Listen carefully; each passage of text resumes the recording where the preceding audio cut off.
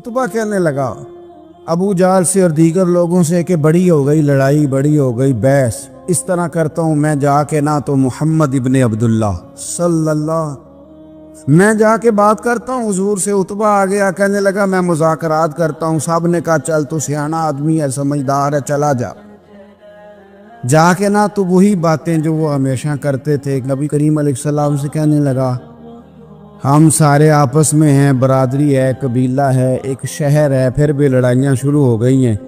جو آپ کا کلمہ پڑھتے ہیں وہ الگ ہو گئے، جو ہمارے معاذ اللہ طریقے پہ ہیں وہ الگ ہیں، تو کوئی بات چیت نہ کر لیں بیٹھ کے۔ تو حضور نے فرمایا کرو نا۔ کہنے لگا اگر آپ سرداری چاہتے ہیں تو ہم دیتے ہیں، اور اگر آپ مال و دولت چاہتے ہیں تو معاذ اللہ ہم دیتے ہیں، جو آپ کہتے ہیں ہم کرتے ہیں۔ کسی طرح کا بھی آپ کا مطالبہ ہے تو ہم پورا کرنے کو تیار ہیں، تو آپ بتا دیں ہم وہ کر دیتے ہیں۔ وہ بڑی اس نے لمبی چوڑی تقریر کی، جتنی آفرے گنا سکتا تھا گنوائیں۔ کریم خاموش رہے۔ جب اس کی بات پوری ہو گئی تو حضور فرمانے لگے میں بھی کچھ بولوں؟ کہنے لگا بولنے۔ میرے نبی پاک نے قرآن پاک پڑھنا شروع کر دیا، چند آیتیں پڑھی، کھڑا تھا بیٹھ گیا، پھر اٹھ پڑا، کبھی ادھر جاتا ہے کبھی ادھر آتا ہے۔ حضور نے تلاوت ختم کی، کہا کوئی بات کرنی ہے؟ کہنے لگا نہیں مجھے اجازت دے دے۔ واپس گیا، جب گیا نا تو ابو جہل دور سے دیکھ کے کہنے لگا جو گیا تھا وہ تو عتبہ تھا، اور یہ جو آ رہا ہے یہ کوئی اور ہے، یہ کوئی اور ہے، یہ وہ نہیں ہے جو گیا تھا۔ واپس آیا تو کہا کیا طے ہوا؟ کہنے لگا یار طے کیا کرنا ہے، میں نے شاعر بھی دیکھے، کاہن بھی دیکھے، جادوگر بھی دیکھے، میں نے زمانہ گھوما ہے، پر جو قرآن وہ پڑھتے ہیں وہ بندے کا کلام نہیں، وہ رب کریم کا ہی کلام ہے، وہ اللہ کا کلام ہے۔ تم نہیں مقابلہ کر سکتے، تم باز آ جاؤ، وہ تمہارے بس کی بات نہیں۔ تیرے آگے ہیں یوں دبے لچے فصحا عرب کے بڑے بڑے، کوئی جانے منہ میں زبان نہیں بلکہ جسم میں جان نہیں، اور کروں تیرے نام پہ جان فدا، نہ بس ایک جان دو جہاں فدا، میرا دو جہاں سے بھی نہیں جی بھرا، میں کروں کیا کروڑوں جہاں نہیں۔ طفیل بن عمر دوسی مکہ شریف آئے تجارت کے لیے، پہلے بھی آیا کرتے تھے، کہتے ہیں میں بہترین شاعر تھا، مکے آیا سامان بیچتا تھا، کچھ خرید کے لے جاتا تھا۔ ابو جہل مجھے کہنے لگا تو ہمارا دوست ہے، پرانا سجن ہے، تیرا آنا جانا ہے، اور تجھے یہاں اس شہر میں چونکہ تو ہمارا مہمان ہے تو ہر بات سے آگاہ کرنا ہمارا ذمہ داری ہے۔ یہاں ایک شخص ہے محمد ابن عبداللہ، محمد ابن عبداللہ صلی اللہ تعالی علیہ وسلم اعلان نبوت کرتے ہیں، اور معاذ اللہ شاعر ہیں، جادوگر ہیں، ان کی تو نے بات نہیں سننی۔ کہتا میں نے کہا مجھے کیا ضرورت ہے، میں نے چند ہفتے ٹھہرنا ہے، مال بیچنا ہے، کچھ خریدنا، چلے جانا ہے، مجھے کیا ضرورت ہے؟ کہا اچھا میں نہیں سنوں گا بات۔ کہتا مجھے نظر آئے کئی دفعہ حضور، اور جہاں حضور ہوتے تھے میں قریب ہی نہیں جاتا تھا۔ کہتے ہیں ایک دن نا حرم شریف میں سادے سے کپڑے اور پاؤں میں سونے جوتے اور سر پہ یوں امامہ کے جیسے فرشتے بھی جھک جھک کے زیارت کرتے ہیں۔ کہتے ہیں کہ نور بھرے کیفیات حضور تشریف لائے، اور تشریف لا کے رسول کائنات علیہ السلام حرم کعبہ کے ساتھ ٹیک لگا کے بیٹھ گئے، سر سے لے کر پاؤں تک تنویر ہی تنویر ہے۔ حضور تشریف فرما ہوئے، قرآن پاک پڑھنے لگے۔ میں جب حضور کے قریب سے گزرتا تھا تو کانوں میں روئی دے کے گزرتا تھا، پر طفیل کہتے ہیں آج نہ تھوڑی سی آواز میرے کانوں میں گئی، قرآن پڑھا محبوب نے۔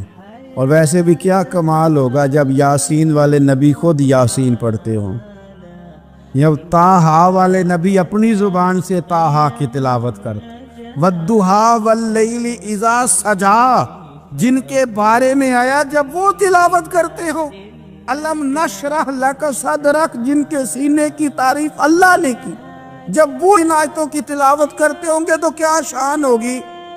جن کو رب کہے والا سوف یؤتی کا ربو کا فتردا، حبیب تجھے اتنا دوں گا کہ تو راضی ہو جائے گا۔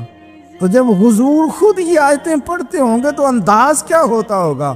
کہتے وہ تھوڑی آیتیں سنی پر قربان جائیں میرا تو کو دل ہی بدل گیا۔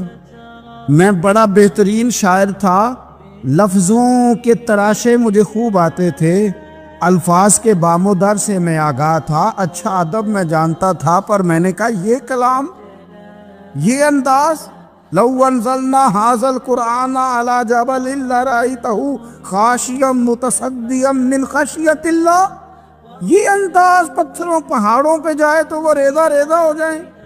کہتے ہیں تھوڑا سا پڑا قریب نے اور پھر نظریں جھکائے ہوئے حضور اپنے گھر گئے، سرکار چلے تو میں پیچھے پیچھے، حضور گھر میں چلے گئے تو میں نے دروازے پہ دستک دی، باہر آئے، سلام لی، میں نے کہا محبوبہ وہ جو آپ پڑھ رہے تھے تھوڑا اور نہیں سنا دیتے، تھوڑا اور نہیں تلاوت کر دیتے؟ کہتے ہیں رسول پاک نے نا پھر قرآن پڑھنا شروع کیا۔ میں کبھی بیٹھتا تھا کبھی اٹھتا تھا، جب حضور نے تلاوت مکمل کی تو میں نے آگے بڑھ کے ید اللہ والا ہاتھ تھاما اور دست مبارک پکڑ کے کہا سونیا، یہ مجھے کہتے تھے نہ سننا، میں نے زمانہ دیکھا ہے، میں کوئی عام آدمی نہیں، میں سردار ہوں، میں نے دنیا دیکھی ہے، مجھے قسم ہے جو آپ کی زبان سے نکل رہا ہے وہ بشر کا کلام نہیں، آپ مجھے کلمہ پڑھائے میں مسلمان ہونا چاہ کر۔ بڑے بڑے کفل ٹوٹے، حضرت عمر بھی آئے تو آئے قرآن کی تاثیر کی برکت سے۔ حضرت صدیق اکبر نہ اپنے گھر کے سین میں بیٹھ کے قرآن پاک پڑھتے تھے تو رویا کرتے تھے، روتے تھے۔ مکے کے کچھ سردار کٹھے ہو کے نبی کریم کی بارگاہ میں گئے، کہنے لگے ایک تو صدیق اکبر کو منع کرے کہ قرآن اونچا نہ پڑھا کرے، اور اگر اونچا پڑھنا ہے تو پھر اسے کہیں پڑھ کے رویا نہ کرے۔ حضور نے فرمایا اپنے گھر میں بیٹھ کے پڑھتا ہے روتا ہے، تمہیں کیا ہے؟ یا رسول اللہ، یہ ابو بکر صدیق جب قرآن پاک کی تلاوت کر کے روتے ہیں نا تو ہماری بچیاں بھی رونے لگتی ہیں، ہماری عورتیں گھر کا کام کاج چھوڑ کے تو صدیق اکبر کے دروازے پہ کھڑی ہو کے روتی رہتی۔ حضور ان سے کہیں یہ قرآن سے جو شغف ہے ان کا، کہاں گئے مسلمان جو قرآن پڑھنے والے تھے، کدھر گئے؟ سارا کچھ ہی ہمارا موبائل لے گیا۔ میں کس طرح یہ بات بیان کروں کہ کچھ لوگوں نے رمضان میں بھی قرآن پاک ایک بھی ختم نہیں کیا، رمضان شریف میں بھی ایک قرآن پاک کی توفیق نہیں ہوئی، لے گیا سارا کچھ ہماری خوش گپیاں، کمال ہو گئی، ہم نے سوچا ہی نہیں، فکر ہی نہیں کی۔ سنگیوں واپس آؤ، قرآن پاک سے پیار کرو، قرآن پاک سے محبت کرو، قرآن کی تعلیم حاصل کرو۔ لوگ کہتے ہیں میں بوڑھا ہو گیا ہوں، زبان موٹی ہو گئی ہے، قرآن کیسے سیکھوں؟ 38.5 سال کی عمر میں کلمہ پڑھا حضرت صدیق اکبر نے۔ کچھ صحابہ ان سے بھی عمر میں زیادہ تھے تو بڑی عمر میں دین سیکھا کہ چھوٹی عمر میں سیکھا؟ ہمیں کیا ہو گیا ہے؟ قرآن پاک کی طرف توجہ کرو۔ میرے نبی پاک علیہ السلام نے فرمایا اس قرآن کی برکت سے اللہ قوموں کو عروج عطا کرے گا، اس کی برکت سے ہی قوموں کو زوال ہوگا۔ حضرت عائشہ صدیقہ کہتی ہیں حضور رات کو نماز کی نیت باندھتے تھے تو ایک ہی آیت پڑھتے تھے، ساری رات ایک ہی آیت پڑھتے رہتے تھے، روتے رہتے تھے، اور جب حضور روتے تھے تو جس طرح ہنڈیا ابلے تو آواز آتی ہے اس طرح حضور کے سینے سے آواز آتی تھی۔ جبیر بن مطعم کہتے ہیں میں بدر کے قیدیوں کے بارے میں بات کرنے آیا حضور سے، نبی پاک مغرب کی جماعت کرا رہے تھے، جب میں مدینے پہنچا تو مسجد نبوی کے باہر کھڑے ہو کے میں نے حضور کی تلاوت سنی۔ فرماتے بس میں تو بات کرنے آیا تھا نا، تو وہ آیتیں سنی تو مجھے یوں لگا مجھ پہ بجلیاں گر رہی۔ کون ہے جو میرے دل کے کفر اور کفل دھو رہا ہے؟ بس قرآن سنتا گیا اور رب مجھے ایمان کی توفیق عطا فرماتا گیا، میں نے کلمہ پڑھ لیا، مسلمان۔ قرآن ہی ہمارے ہر مسئلے کا حل ہے، میں کیا کروں؟ قرآن پڑھتے ہیں ہمارے ہاں پر قبروں پہ پڑھا جاتا ہے، پر ختموں پہ۔ کیا قرآن پاک کا یہ حق نہیں تھا کہ وہ شادی والے دن بھی پڑھا جاتا؟ کیا قرآن پاک کا یہ حق نہیں تھا کہ وہ اسمبلی میں بھی پڑھا جاتا؟ قرآن پاک نہ شکایت کر رہا ہے، شکایت کرتا ہے کہ ان لوگوں نے نا مجھے ختموں پہ پڑھا ہے، اسمبلی میں نہیں پڑھا۔ وزیر اعظم کے خطاب سے پہلے تلاوت ہوتی ہے تو یہ تلاوت کے بعد یہ اعلان کیوں نہیں کرتے کہ ہم کریں گے وہ جو قرآن کہے گا؟ صدر کے خطاب سے پہلے تلاوت کراتے ہو تو یہ کیوں نہیں کہتے کہ اب ہوگا وہ جو قرآن کہہ رہا ہے؟ اسمبلی کا اجلاس تلاوت قرآن پاک سے شروع کرتے ہو تو یہ بھی تو کہو نا قرآن کے مطابق فیصلے ہوں گے۔ عدالتوں میں قسمیں اٹھانے کے لیے قرآن دے گیا ہے، اس پہ ہاتھ رکھ کے کہو جو کہوں گا سچ کہوں گا۔ آج کے بعد وکیل بھی ہاتھ رکھے نا قرآن پاک پہ، جج بھی ہاتھ رکھے قرآن پاک، گواہ بھی رکھے، ملزم بھی رکھے اور مدعی بھی بتائے کہ اس نے پرچہ صحیح درج کرایا ہے، اس نے صحیح درج کرایا ہے، نام صحیح لکھوائے، اور یہ سارے بتائیں جج سے لے کر ملزم تک کہ ہم فیصلہ وہ کریں گے جو قرآن پاک نے ہمیں کہا۔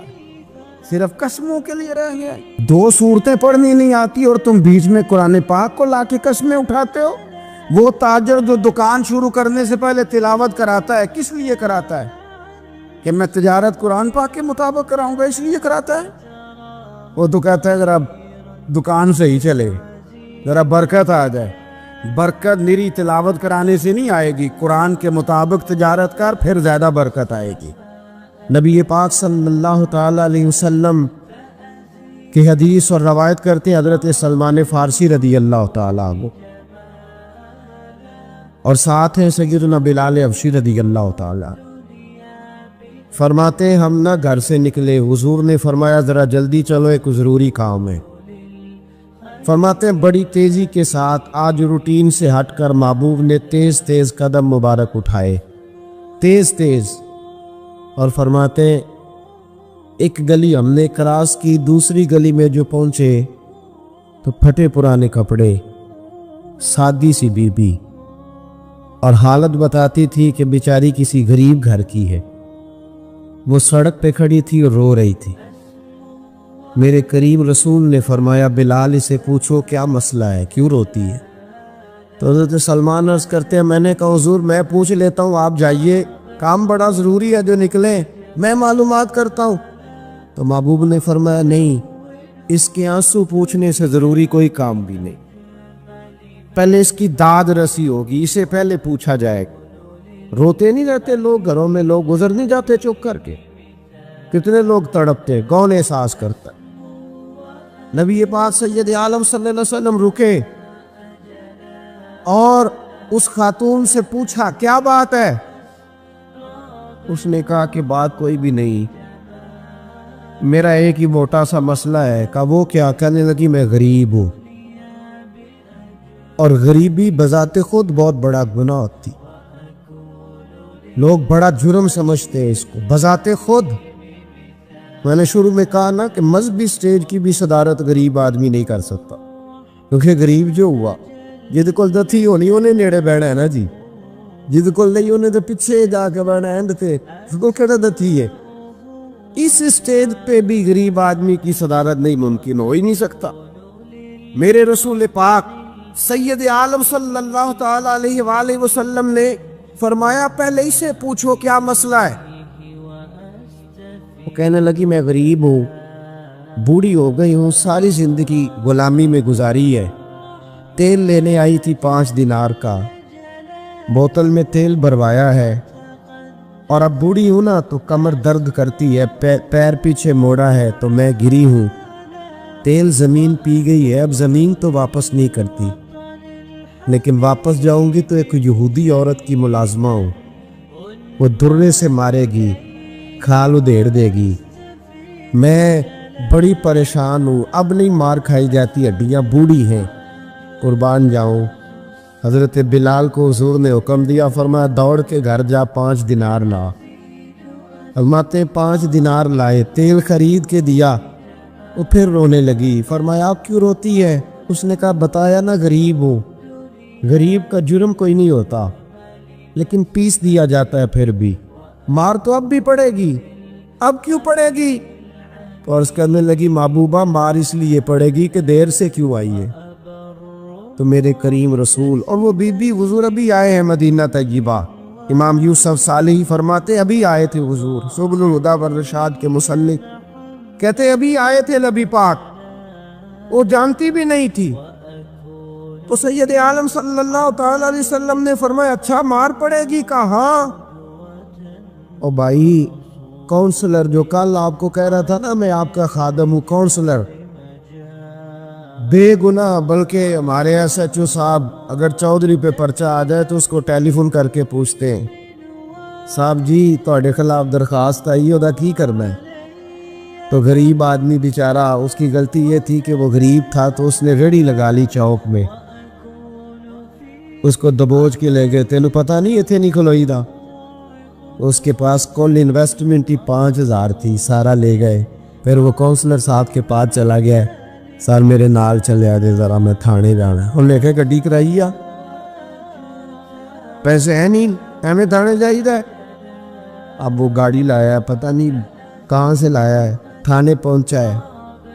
اور یہ ہے ہمارا حال کہ وہ ایس ایچ او بھی بیٹھا ہے کرسی پہ اور کونسلر بھی کرسی پہ بیٹھا ہے اور وہ غریب پیروں میں بیٹھا ہے اور ہاتھ باندھ کے کہہ رہا میری ریڑھی دے چھڈو، میری 4 دھیاں نے تو میں شامی کھانا کھانا۔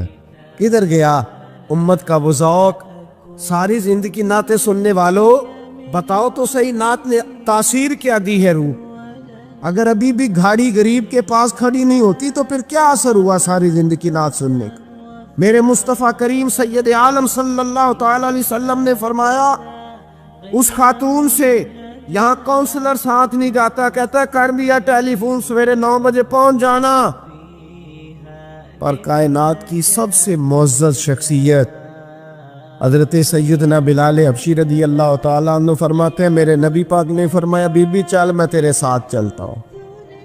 گویا اللہ کی ساری رحمتیں اس کے ساتھ ساتھ چلنے لگی، اور آگے آگے نہیں، ساری کتابیں پڑھ لو، وہ پھٹے پرانے کپڑوں والی بی بی آگے آگے اور اللہ کے کریم رسول پیچھے پیچھے، ساری گلیاں اس نے پھرائی، مدینے کی صحرا آ گیا، ایک دروازے پہ دستک دی، مالکن آئی، وہ بی بی بعد میں کہتی ہے میں بھی بڑی ڈاڈی تھی، طاقت ہی نہیں تھی میرے سامنے کو کھڑا ہو سکے، لیکن جب میں باہر نکلی تو میں نے نور کے حالے میں لپٹی ہوئی ایک عظیم ہستی کو دیکھا۔ فرماتے محبوب کے گورے چٹے رنگ کے اوپر کالی زلفیں اور محبوب پاک کی مقدس آنکھیں جب تک بات کرتے رہے نظریں زمین پہ جھکی رہی۔ شرم و حیا والے رسول نے بڑے میٹھے، بڑے دھیمے، بڑے خوبصورت لہجے میں کہا، بریلی کے امام فرماتے نیچی نظروں کی شرم و حیا پہ درود۔ بڑے دھیمے لہجے میں فرمایا تیری نوکرانی ہے تیری؟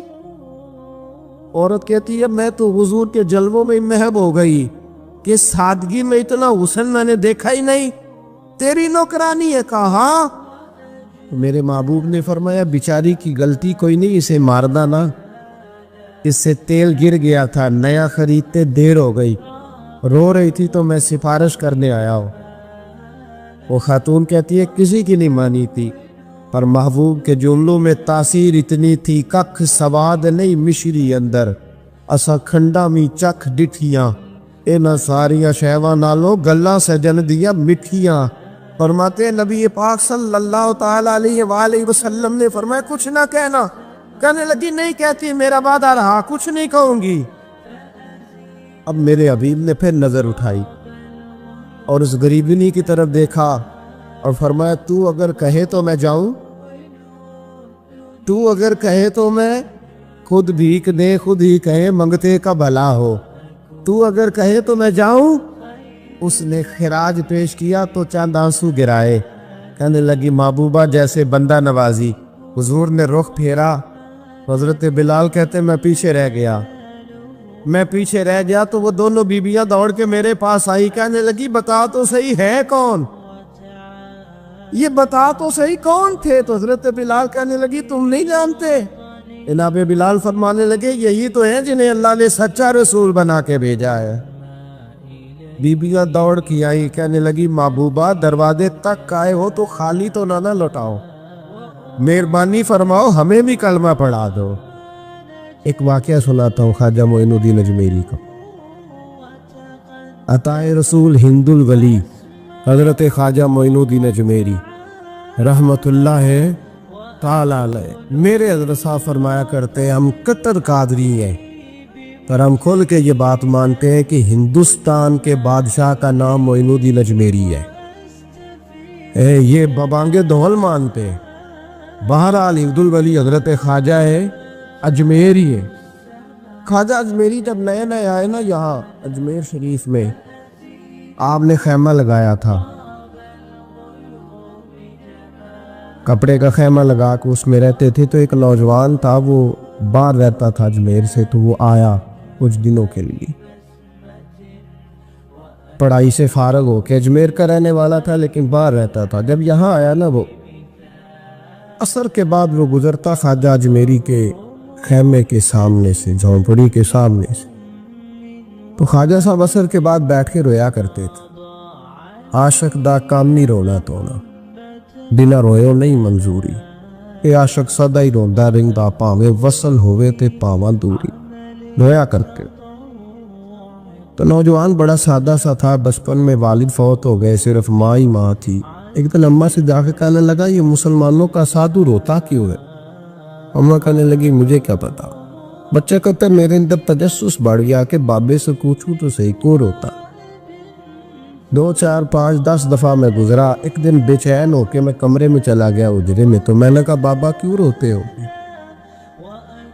کہنے لگے مجھے اپنے شیخ کی یاد آتی، مجھے یاد آتی۔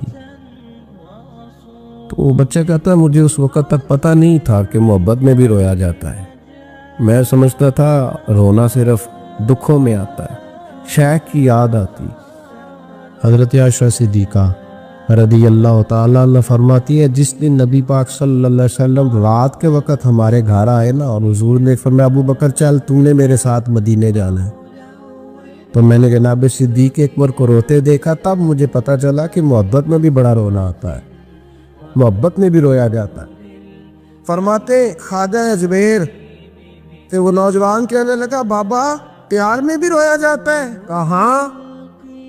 کہنے لگا میں نے بھی رونا ہے۔ تو آپ فرمانے لگے 2 شرطیں ہیں کہ کلمہ پڑھ جا، دوسرا میرا مرید ہو جا، آ جائے گا رونا۔ کہتے بس لوش ہی لگ گئی، کبھی آنسو دیکھے ہی نہیں تھے۔ حضرت اجمیری کہتے ہیں اس طرح کر لے۔ کہنے لگا جی میں اپنی اماں سے پوچھ لوں۔ اماں کے پاس گیا تو اماں کہنے لگی بیٹے میں تجھے جانتی ہوں، تیرے دل میں جو بات بچپن سے آ جاتی ہے نا پھر وہ نکلتی کوئی نہیں، تو اس طرح کر لے جس طرح بابا کہتا ہے، اس لیے کہ تو نے پیچھے تو ہٹنا نہیں۔ جا کے مرید ہو گیا، کلمہ پڑھ گیا۔ اب بابا جی کہتے ناشتہ بھی میرے ساتھ کرنا ہے، شام کا کھانا بھی، اور فجر کی سیر میں بھی تو ساتھ جائے گا۔ پریت ہو گئی، پیار بڑھ گیا، پر کٹ گئے، زندگی بابے سے وابستہ ہو گئی۔